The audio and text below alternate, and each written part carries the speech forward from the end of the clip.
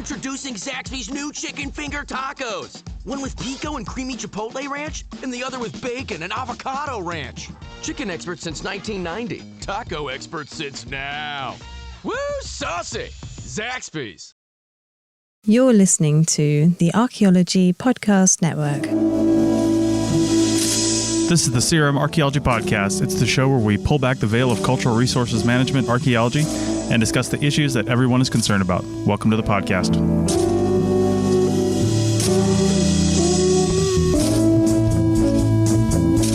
Hello and welcome to the CRM Archaeology Podcast, episode 291 for June 26th, 2024. I'm your host, Chris Webster. On today's show, we tell you why CRM archaeologists get paid less than everyone else. So get ready to cancel that Netflix subscription because the CRM Archaeology Podcast starts right now.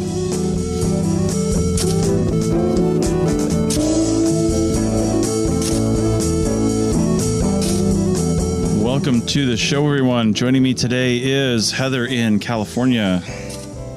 Hi, everyone. And Doug in Scotland. Hi, everyone. Well, it's been a minute since I've been on the show. We've been moving every weekend in our RV. So it's been, sometimes we've been in an area on Sunday when we do this recording where we have internet and we're just stopped at a rest area on the side of the road. And sometimes we're not. So I kind of have to make the call just like on the day, whether or not I can really join the recording or not. And today I was able to. So I'm glad to finally be back on it. Once we get over to New England, where we're going to have some slower travel. We're just trying to get there. You know, it takes us about a month and a half to cross the country just because we're not trying to do it we don't have to do it in a short period of time. So we're taking our time, but we only travel on the weekends because we both work during the week. So that's just a necessary evil for how we have to travel. So anyway, Chris, I feel like it's been so long that you should probably, like, for our new listeners, introduce yourself. They'll be like, who is this person who's talking? Yeah, right. Who's telling us about his RV life? Like, I know. So if you're just joining us, my name is Chris. I've been with the podcast for a while. No, I'm just kidding. So yeah, no, you're totally right. It has been a long time. So, but anyway, if you want to know all about me, listen to the previous 290 episodes. Well, at least some of them, if not most of them, not all of them, obviously, but yeah, definitely some of them. Okay. Since we are sitting at a rest area on the side of Interstate 75 in Michigan, that we're going to, this probably won't be an hour, but we do have a topic that we're going to talk about today. And it's piggybacking off of, I feel like, a couple of subjects that we've had in the last couple of months here. And this was sent in by a listener. So I'm going to read the listener's email and then we're going to have a conversation about it. I'm going to read the whole email and then we'll have a conversation about it. And this is from listener Richard V. We don't usually say last names just because, we want people to feel like they can comment in, but I want you to know that we read your comment. So feel free to leave us a comment. This was left on our website at arcpodnet.com/CRM Podcast, or you can just use the contact form right on the front page of the website as well. And just say what podcast it's for. Some people don't fill that box in, then it gets frustrating, but please say what podcast it's for and then leave a comment, or you can leave a comment directly on the episode as well, which is kind of cool. So anyway, Richard writes, hello, all, longtime listener to the ArcPodNet, but never felt compelled to write until now. He just wanted to say that you're doing a great job on the CRM Arc podcast. This year, you've covered exactly the kind of topics that I want to hear as a prospective archaeologist. The latest episode on unions answered some questions I've long had about jobs in CRM, particularly on the lower end of the pay scale. Like Chris, I'm a Navy vet and have supplemental income from disability. I'm not overly concerned about the wages I'll be making right after I graduate. I'll be fine. However, I also spent 15 years in engineering before switching careers.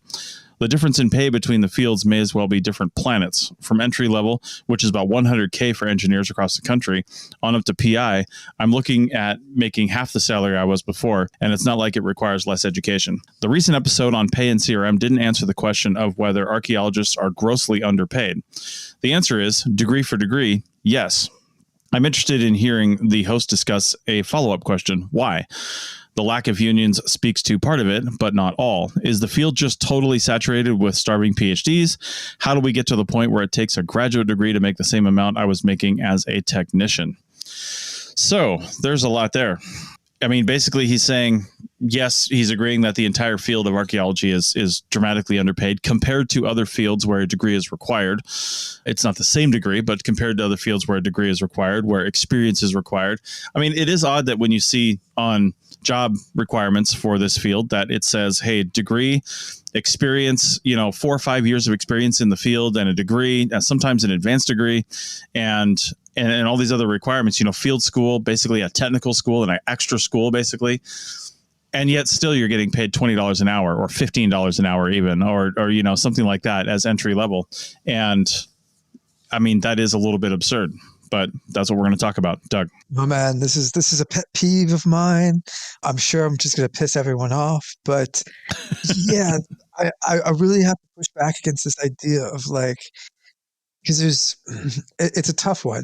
And you hear this a lot in archaeology, like anywhere, UK, US, Canada. It's like, oh, for our education, we're paid less than, and then of course they choose, like surgeon or, aerospace engineer or something like that.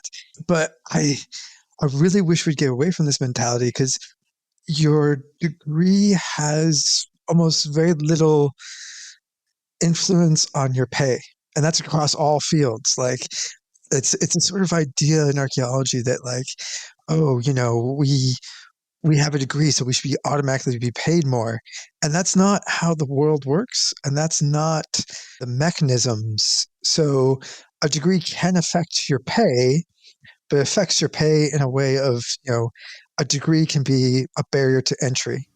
Mm-hmm. And so, if there's enough barrier to entry, you have fewer people working there. It's simple economics, supply and demand. And so that can do it. But it's not a given. And like, you can also think of like things that people kind of forget about is like teachers. Like in a lot of states and a lot of countries, you need a degree to be a teacher. And yet their pay can be worse than archaeologists. Yeah. And, again, another low paying in medical, like, nurses, you have to have a degree, you have to go through all this extra stuff.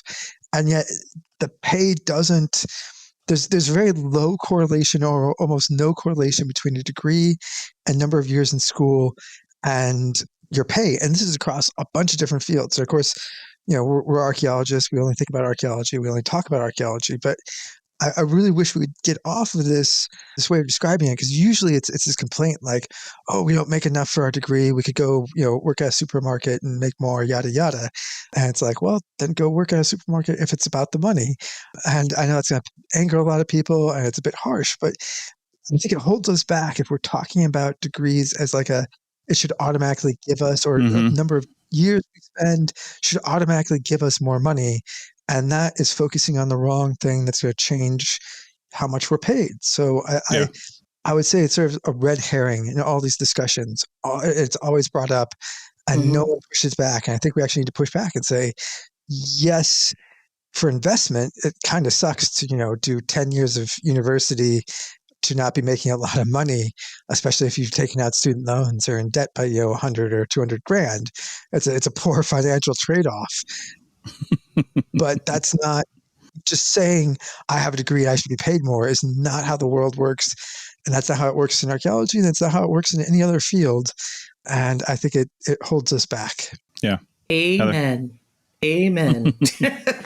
Totally agree with you, Doug. And I think that exactly what you're saying, we're doing a disservice when you're going down the wrong argument path, because people just will discount you. So that, and on top of that, if you identify the wrong path and the wrong reasoning, you can't solve the problem.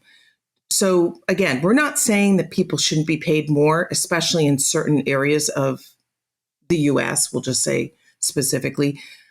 But to say that an archaeologist should make the same amount as an engineer is really, if you look at it from a critical standpoint, it does not make sense. First of all, engineers across the board, to get into an engineering program, the best engineering programs are very difficult to get into. They require a very high GPA in high school. They require a very competitive package when you're trying to get into that school. So you're getting the better students. It's not the same in archaeology. Archaeology is not that hard to get into. On top of that, It's not. It's just not. I mean, that's the truth. Yeah. And it also does not require a very high technical understanding. I mean, I'm an archaeologist. I've been doing this for a long time. And you walk out of most programs in this country and you are not prepared to be an archaeologist at all. You walk out of an engineering program and you are prepared for the most part to be. And I've worked for engineering firms, and so I have a little bit more understanding of that. It doesn't mean that you know everything, of course not. But there's another component to this, and that is the engineers. Anytime you have a very specific role, a role that could put the company in a high level of liability because you're not technically capable as others, they're taking a risk. They're willing to pay for high level work. Yeah. If that makes sense. And so that I think is another component of it. They're paid more because for various different reasons. But anytime you have a company where the work that comes from the employee can be a liability, if it's not done right, you're going to get paid more. Simple. I've got a comment on that I'll say after the break, but also to piggyback off of what both of you guys are saying about degrees not necessarily equaling more money. I mean, I have a master's degree specifically in archaeological resource management, right? But that master's degree doesn't really do me anything anywhere else. And I kind of everybody who's a longtime listener to the show knows that I kind of fell backwards into a completely different field where I'm doing software implementation. And I have no background in that. I mean, literally no background, no educational background, very little technical background except for self-taught type of stuff that, I was working with WildNote, as everybody knows, and kind of doing a little bit of software stuff there. But again, mostly just working with them, self-taught, doing different things, and literally no background. But I'm making easily twice as much money as I ever have as an archaeologist at any level as an archaeologist doing this software implementation thing.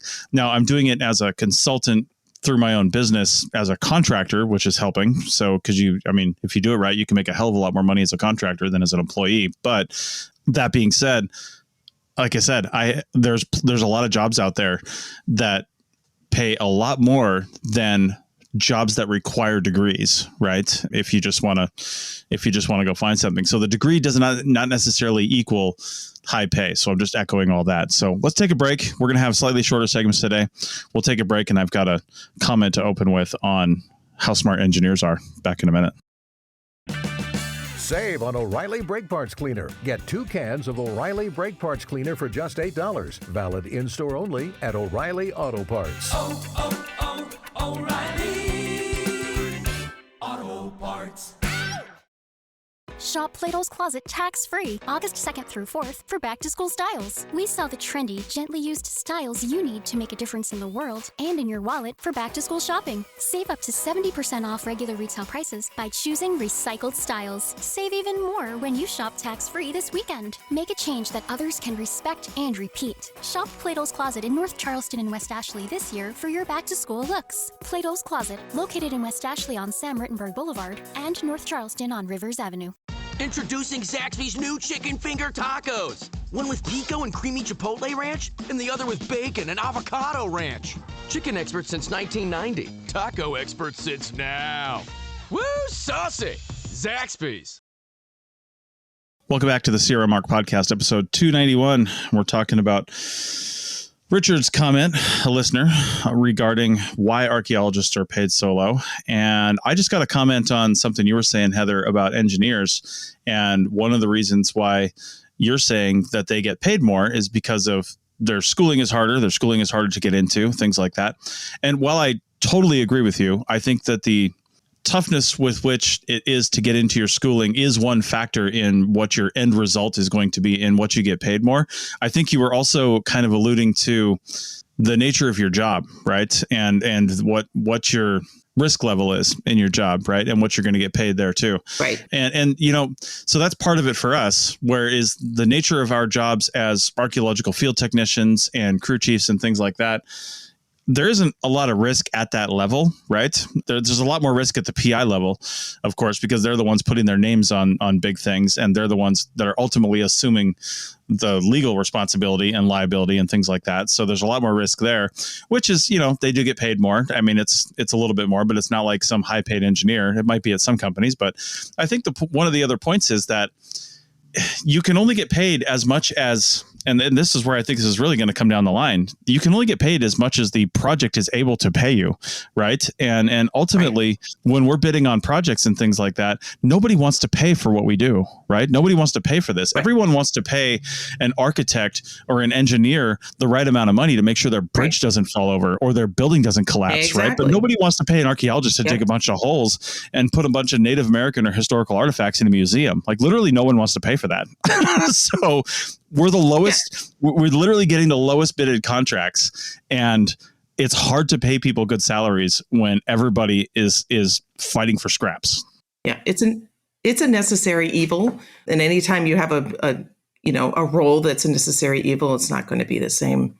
Yeah, and the other thing is that it's very hard to quantify our role as archaeologists.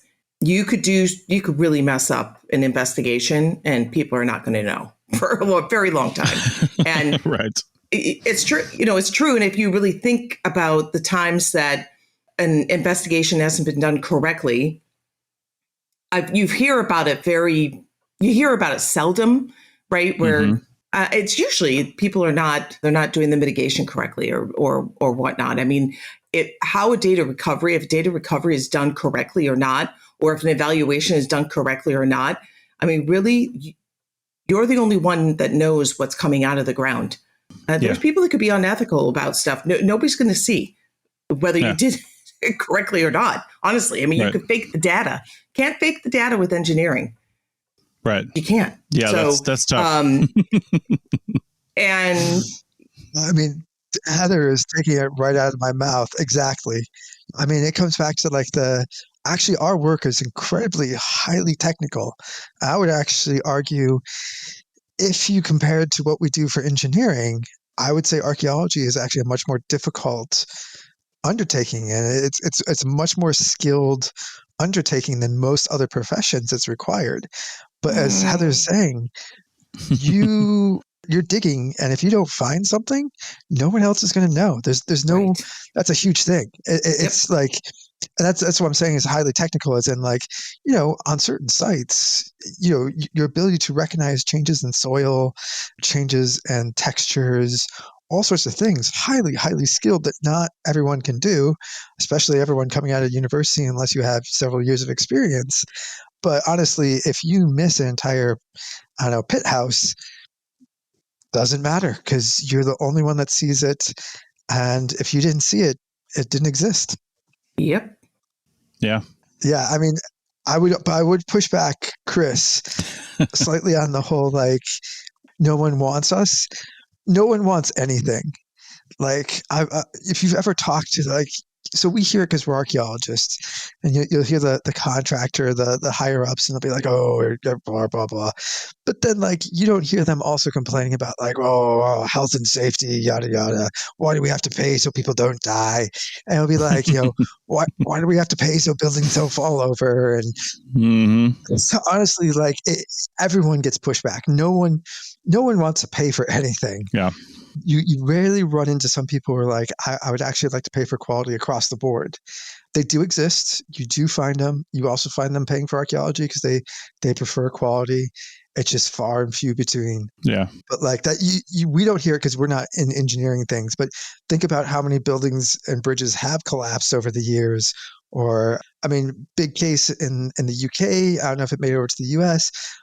Tower block burned down. 70-some people died because corners and on the panels, they used a more combustible panel because they saved 1 pound per square meter.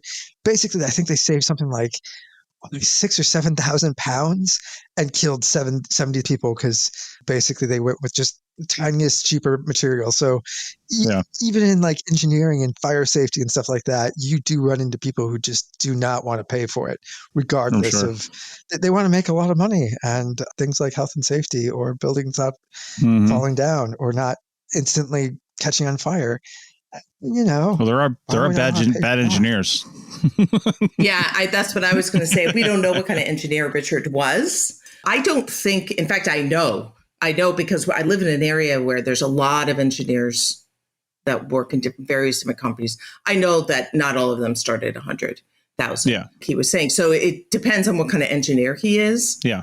So I don't, I'd argue that, and maybe what he did obviously did make that, but. If he was in the Navy, it could have been aerospace or something like that, nuclear. Could have been pretty high paying coming out of the Navy. And on top of that, if he was in the Navy, he was working ahead of time, right? He did have a career before that, and then he went into the civilian world. We don't know a whole lot about Richard, but it sounds like entry level. He could have gone, or he did entry level, but he was also working in the Navy for a while before he did that. So to me, I don't think that's entry level, but. Well, he could be speaking to just what he knows of the field as well, not his situation. Who knows? Like you said, there's we don't know a lot of whole engineers that don't make that much, that don't make 100,000. That's true. Yeah. But, not even talking about engineers. I mean, if we're talking about the field that I'm currently working in, I mean, entry level is about 60 to 80, I would say, probably, give or take, without a degree, as long as you know how to, do something with software. So anytime when you have a job where the client comes to you and they're like, I really want to do this. Yeah. I'm thinking about engineers specifically because I live in California. There's a lot of areas that really should not be built on, but people insist on wanting to build there, right? So you need an engineer, a civil engineer who really knows their stuff and knows how to make that happen for a client.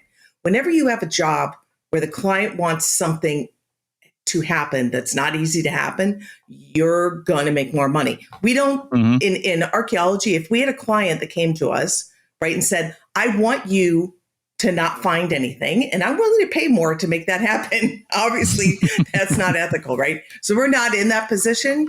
And so the better engineers are the ones that are able to, or the engineers that are willing to take that risk. So there are many civil engineer companies, specifically larger ones, that are not going to take those jobs in, let's say, an area like Pacific Palisades. You don't know California, but it's right. There's a bunch of bluffs. It's a steep incline in much of the area. Beautiful views. A lot of celebrities live there, and they literally have 30-foot lots and then a steep decline, and they want a house there. And you need somebody who's not only able to make that happen, but also who's willing to take the risk. Yeah. And when you're taking the risk, you're going to get paid more. Simple. Yeah.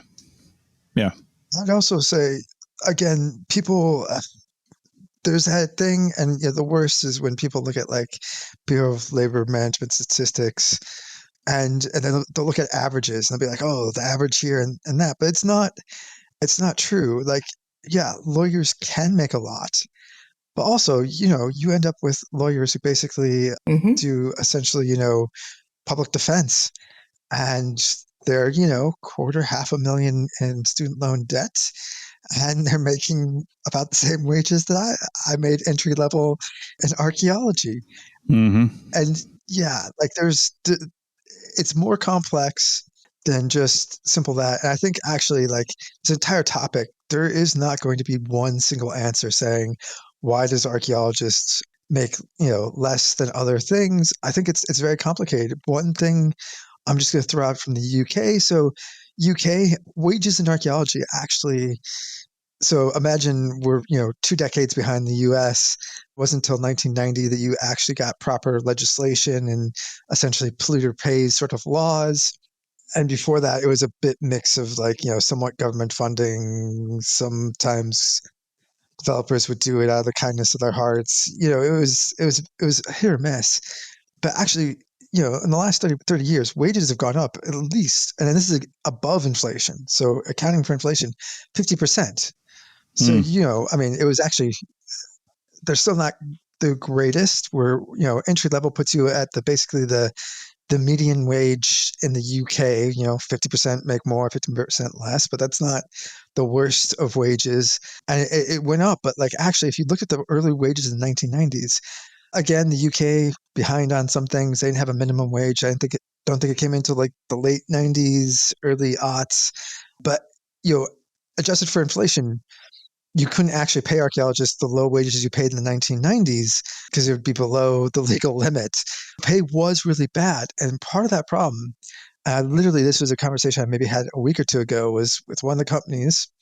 And they're talking about, the early days. They were there, in the 1990s, when they were first doing the first bids. And they were bidding for a project. They won it, and they're like, we went back for feedback, and we're like, we bid 5,000. The next highest bid was, and they named another company who I'm not going to name, and they said, they were at like $6.5 grand. We did it for 5, and then the firm came back to him and said, we had budgeted 150 for this work, and you came in at 5, so we now know how much we will charge for archaeology in the future. And we've done this, and you can look at it, back. A lot of it is in negotiation. It's called an anchor. So you always see, you always see those lawsuits where they're like, oh, they're suing them for like 100 million or something like that. They don't expect to get 100 million, but if you throw out a really high number or a really low number, it puts the onus on the other side to sort of fight back and drag that, the negotiations back. So if, you say like 100 million, well, they're not going to counter with like $500. They're going to be like, oh, well, we'll counter with like 5 million because that's less. You were looking for 5 million anyway, so you're happy with that. Archaeology, a lot of the issues we have is, 60s and 70s in the US, 1990s in the UK, and, pick whatever decade it is or year it happens in any other country. Almost every time and everywhere I've seen, I'm sure there's exceptions to this, basically archaeologists threw out wages and rates that were so ridiculously low that we've basically thrown an anchor around our entire profession that we've been trying to drag ourselves back from for decades, because they basically put out an amount that's criminally low, and then everyone's like, well, that's what it's charged, that's the rates. And then if they get anything higher, they're like, well, I know I can find another archaeologist who did it lower. And then, obviously it's competitive bidding, so all archaeologists are now there. So one of the problems we have is, when archaeologists first started out, they were not business people. They were doing it for the love of it. And they're still not. A large majority still aren't. I'm trying to be nice here, Heather. I'm trying to be nice. But yes. And people don't know how to calculate a day rate. They don't know how to calculate any. We probably need to end this segment, but it's for another thing. But like archaeologists have criminally done it to themselves. And we've been trying to dig out of a hole. Oh man, I feel like a horrible pun there. But for decades, from basically when we started doing our first tendering, and basically people were tendering like, oh yeah, I mean, obviously it was the 70s, but like, 500 acres, we'll do that for $500. And you're like, oh man, right? And that's what we're dealing with. Yeah. All right. Well, let's find out why you deserve to be in that hole, because you're an artist on the other side of the break. Chicken tacos should only be trusted to chicken professionals. That's where we come in. Introducing Zaxby's new chicken finger tacos. One comes with pico de gallo and creamy chipotle ranch. And the other comes with bacon, lettuce, tomato, and avocado ranch. Chicken experts since 1990. Chicken taco experts since now. Order yours today in the Zax Rewards app. Woo, saucy! Zaxby's. Introducing Zaxby's new chicken finger tacos. One with pico and creamy chipotle ranch, and the other with bacon and avocado ranch. Chicken experts since 1990. Taco experts since now. Woo, saucy! Zaxby's. Shop Plato's Closet tax-free August 2nd through 4th for back-to-school styles. We sell the trendy, gently used styles you need to make a difference in the world and in your wallet for back-to-school shopping. Save up to 70% off regular retail prices by choosing recycled styles. Save even more when you shop tax-free this weekend. Make a change that others can respect and repeat. Shop Plato's Closet in North Charleston and West Ashley this year for your back-to-school looks. Plato's Closet, located in West Ashley on Sam Rittenberg Boulevard and North Charleston on Rivers Avenue. Welcome back to the CRM Archaeology Podcast, episode 291. And we're talking about why archaeologists get paid so little. And one of the things that hasn't been said, although Bill, who couldn't join us today, was commenting on our Slack channel about passion. And everybody always talks about, a lot of the reasons why you might not get paid as much in this field is because it's treated like a passion, and you should be just lucky to have a job, and you love being an archaeologist, and because of that, you should be happy to be here and not care about how much you get paid, because that's where you want to be. It's your passion in life. Well, I'll tell you what, I bet a lot of people in engineers, since we're picking on engineers today, really freaking love what they do, right? They just like huge math nerds. They love what they do. Architects love what they do. There's a lot of people out there that really, really love what they do. And they also get paid a crap ton of money. I mean, there's not a correlation between I have a passion for what I'm doing and I'm paid like garbage, right? That's not a correlation. It's just like we were saying at the beginning of the show, just because you have a degree, you get paid a lot of money. One does not equal the other. Correlation does not equal causation. That's a logical fallacy. Passion does not equal low pay in your job, right? I mean, I happen to really like the thing that I'm doing right now. It's problem solving. It's working with people. It's doing a lot of cool things that I really like. I have to be getting paid pretty decent money for it as well. If I wasn't, would I keep doing it? I don't know, right? If I won the lottery tomorrow, would I keep doing it? Probably not. But there it is. So, but that's where it is. So what do you guys think about passion before we really go into licensing and things like that? Yeah, I agree with you on that. Yeah, I work with engineers. They're very passionate about what they do. They love what they do. Nurses, doctors, even attorneys, they love what they do. There's a lot of people that, get paid well and very much enjoy what they do. So, I don't think that is I don't think that's a really good argument. Yeah. I think one, I agree with you guys, but I do think it does make a slight difference. But it makes a difference in the minds of archaeologists. You're willing to put up with a lot more. Well, no, it's a whole societal thing. It's like how we view ourselves. And a lot of people view archaeologists as the starving artist. And of course, everyone's been told that. You've been told, like in university, I can make a lot of money, even though, there's millionaire archaeologists. There's not that many. Well, proportionate. No. Like, honestly, so there's not. How many millionaire engineers do you have, really? Well, also, archaeology is kind of small. In the U.S., there might be 10 to 12,000, UK 6,000. These are absolutely tiny amounts compared to, engineers. It's proportionate, and it's like any other field. It's a giant pyramid. At the top, you have the really rich. At the bottom, you have a lot of people basically starving. But that's across all fields. And I think a problem is again, I totally agree, correlation, causation, there's lots of people who have passion and can make a lot of money. But I find this with a lot of archaeologists who they use it as an excuse to do detrimental things to both themselves and the sector. Yes. In a sense, they'll be like, oh, well, I'm passionate, so I'll take this job that's, paying, 20% under what I was making earlier because I really want to do it. And that drives wages down. And, I actually do think, God, I'm going to be one of those, I can't believe I would say this, but, there is something to those people who are manifesting richness and stuff like that. It does have effect where if you constantly think there's no money in archaeology, you will accept less because you're like, yes. Oh, this is it. And I've seen lots of presentations where people talk about their careers, and every single one of them, everyone's like, oh, I was so lucky. No, everyone talks about, how they got a good paying consultant job and how they're making good money and stuff. And there's this sense of guilt that a lot of archaeologists have if they make money, that like they feel guilty about it, and it holds us back as a profession with such poor self viewing, or I don't know how to describe this, but how we view ourselves and how we think about what we should do and what we deserve.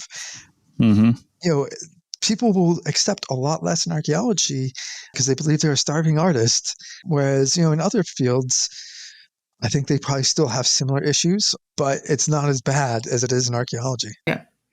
It's ingrained, though, in people. I went to a school where a lot of people came out of that school and had work. They got jobs. And I bet if right now we could see all, the hands of the people that are listening, and I said, how many of you were told when you were in school that you were not going to be able to find a job? That it's almost going to be impossible for you to find a job, or you can find a job, but you're never going to find a good job. So I was told that, especially, I think it's maybe a little different now, but I was told that when I was in school, and I was like, okay, well, that doesn't make any sense to me. And so I didn't believe it. I was like, that's not true. I can find a job, and I'm going to pursue that. I'm going to find a job. I'm going to find a good job. I'm going to find a full-time job. I was told I was going to find a full-time job. Then I'm told that I wasn't going to make a decent wage, which is not true. In fact, right out of the bat, one of my first full-time jobs, I was making a decent amount of money. Now, there's some luck to that and being in the right place, but I do agree with you. I don't think it's this existential, you're manifesting success. I do think that if you have that attitude that you are going to find something that attracts success, it does attract. Yeah, it attracts success. And then I think the other thing, one of the other arguments is that we put our bodies through so much. And that's one of the other arguments. We should be paid for abusing our bodies. Well, really? You should be doing manual labor as an archaeologist. You are going to be doing that as an archaeologist. But as you climb up the ranks, you're going to be doing less and less of that. So if you're working, and you've been working as an archaeologist for 30 years, and you're still doing very hard labor on you and, beating your body up, it's either a choice where you really just, that's what you want to do. You want to be in the field. And there's some people like that, and that's great. But that doesn't have to be that way. Yeah. So I don't agree with that argument at all. I would also say, like, just to loop back to the archaeology small, part of the issue is also supply and demand, in that, like, yeah, we're a small field, but we also overproduce, as Richard said, way too many PhDs, way too many masters, way too many, I would say, undergraduate degrees. I don't think you actually need a degree to start archaeology. The skills you need are not skills that you can really, are well taught at university or most universities. But, like, there's that, I think, Ashalt and Klein paper out there. It's like, a big boost of things. We're going to be short on archaeologists. We're not. Their calculations are off. About 50% of anthropology master students are actually archaeology degrees. We have a lot of studies. We overproduce. And this is the same in the UK.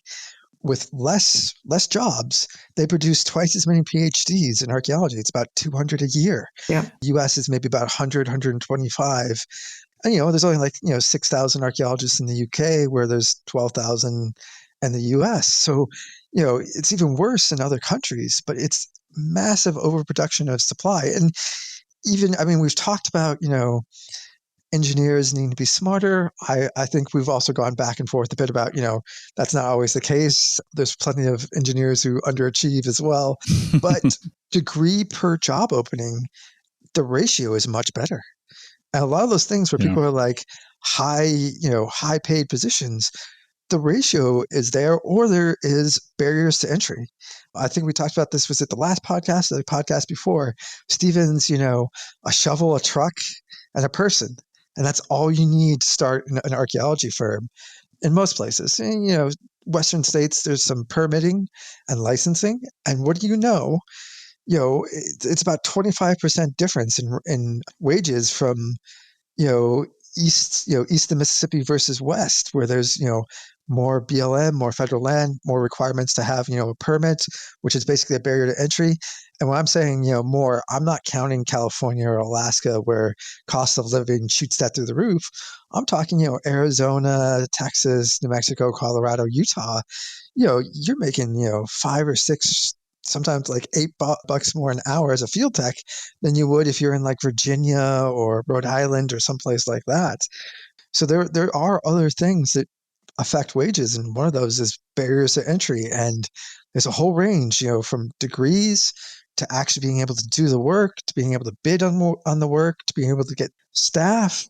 I don't think we have enough time to cover every possible way to do it. But that's a lot of those things that get paid high wages. There's barriers to entry. Lawyers get paid high wages, not because, well, I think there is a value in that you're willing to pay more because you actually want a really good lawyer, but there's a bar. Every state they basically can decide who's a lawyer. Medical, right. There's a medical boards. Again, they've done barriers to entry. Hair salons, depending on your state, you can make really good wages because you have to have a license to do that. Yes. And it constrains supply. And it's, I don't know, we're going back to like the basics of economics, and it's like economics 101, supply and demand. And we always have a huge supply of people wanting to do archaeology and not a very high demand. And the wages tend to reflect that. And just because engineering was the comparison that we've been using from the beginning, because of Richard, engineers have different licenses. And as you progress in your career, you get new licenses. So you're you have continuing education, you're increasing your capabilities and your level of capability. So, we don't have that in archaeology, and that would be kind of a difficult thing to do in archaeology, although I do think it's possible. But, RPA, I do think, I think, we're not going to go into the RPA question, but RPA is not a license, period. It's not. So again, before we end this, I definitely want to say this isn't us saying we don't think that archaeologists should make more. We do. I think we all do. But when we are going down the wrong argument, you're shooting yourself in the foot. Number one, you're not going to have, people are not going to respect your argument because it doesn't make any sense. And number two, you're distracting yourself from what you should be doing to improve certain aspects of your capabilities and the energy that you put forth to get that better job.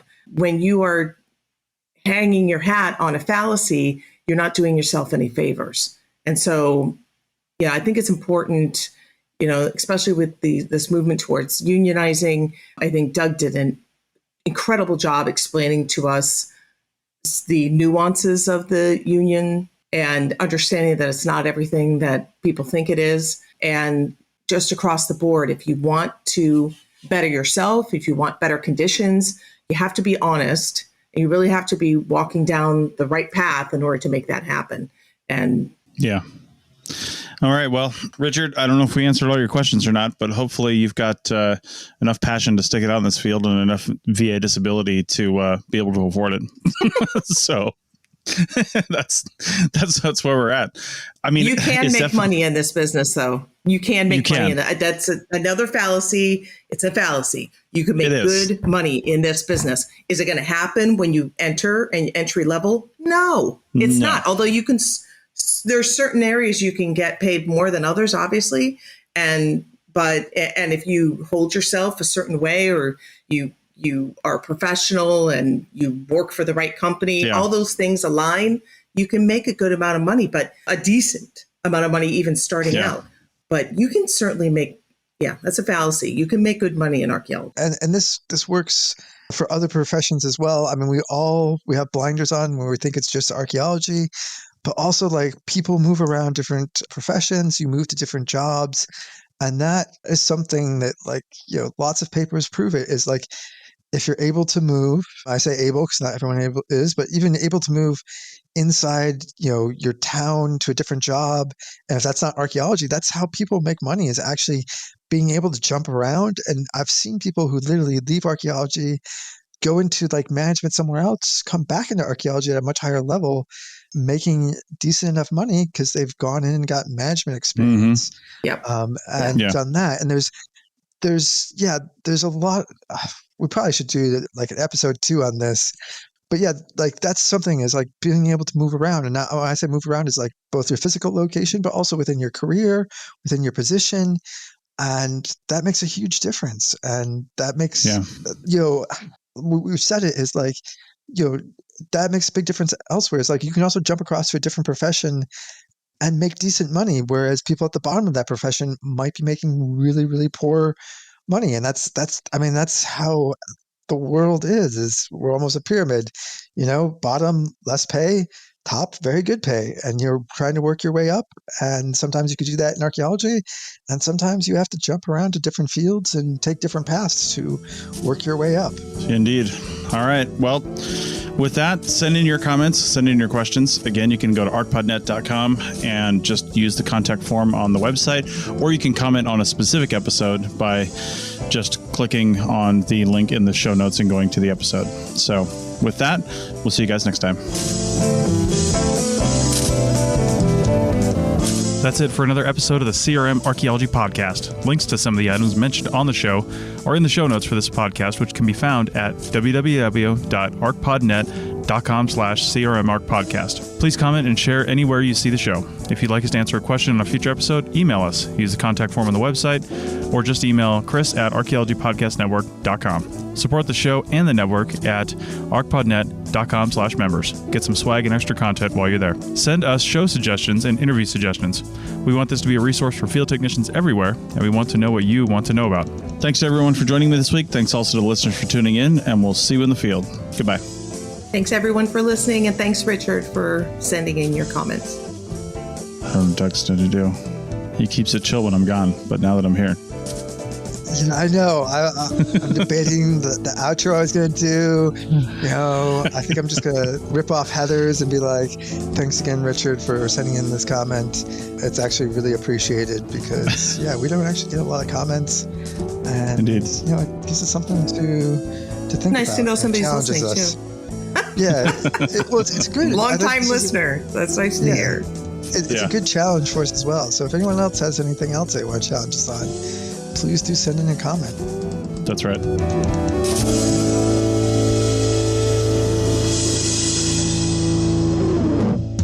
This episode was produced by Chris Webster from his RV traveling the United States, Tristan Boyle in Scotland, DigTech LLC, Cultural Media, and the Archaeology Podcast Network, and was edited by Rachel Roden. This has been a presentation of the Archaeology Podcast Network. Visit us on the web for show notes and other podcasts at www.archpodnet.com. Contact us at chris@archaeologypodcastnetwork.com.